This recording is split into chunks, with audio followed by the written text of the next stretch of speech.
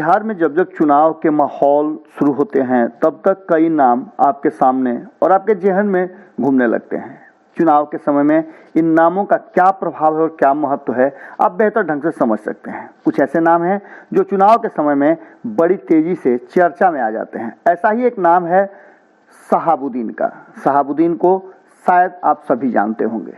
शहाबुद्दीन सीवान के रहने वाले हैं और पूर्व एमपी भी रहे हैं।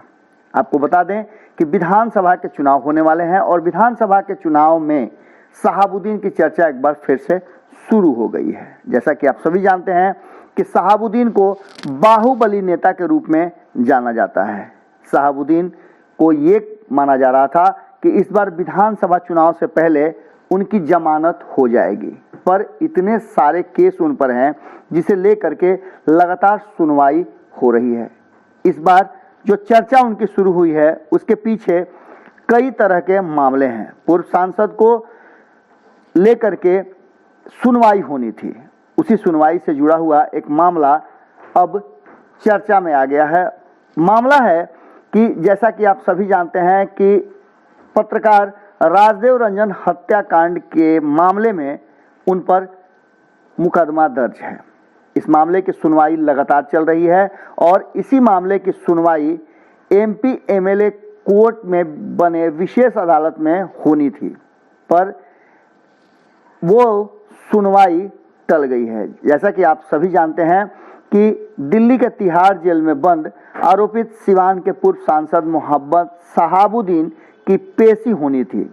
उनके शुभचिंतक और परिजन ये मान रहे थे कि इस मामले में कोई अच्छे संकेत उनके लिए मिल सकते हैं, पर वीडियो कॉन्फ्रेंसिंग से होने वाले इस मामले की सुनवाई टल गई है। बताया जा रहा है कि कॉन्फ्रेंसिंग सिस्टम का लिंक नहीं जुड़ने के कारण मामला टला है।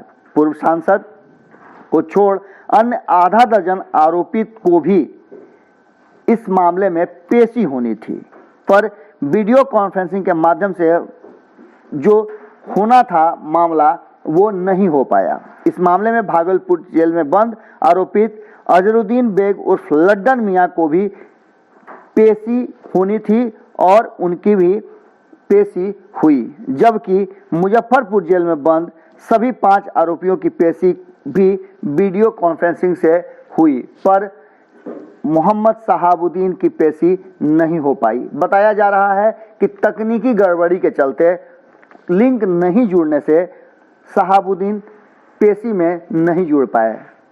उनके परिजन और उनके शुभचिंतक ये संभावना व्यक्त कर रहे थे कि उन्हें जमानत मिल सकती है, पर ऐसा कुछ भी नहीं हुआ और एक बार फिर से शहाबुद्दीन का मामला यथास्थिति लटक गया।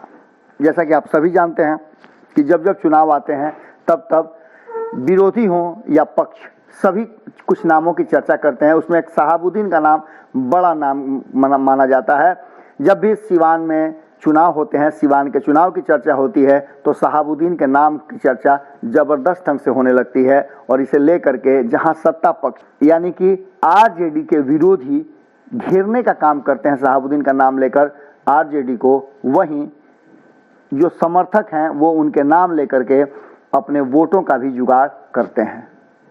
ये परंपरा कोई नई नहीं है, बहुत पुरानी है और इस तरह से बिहार में चुनावी रणनीति और राजनीति चलती रहती है। जुड़े रहें भारत लाइव के साथ, खबरों का सिलसिला लगातार जारी है। नमस्कार। बढ़ाएं अपना कदम सक्सेस की ओर शिखर करियर इंस्टीट्यूट के साथ। शिखर करियर इंस्टीट्यूट पूर्वी भारत में एकमात्र कोचिंग संस्थान जो एक्सक्लूसिवली है मेडिकल एंट्रेंस एग्जाम के लिए।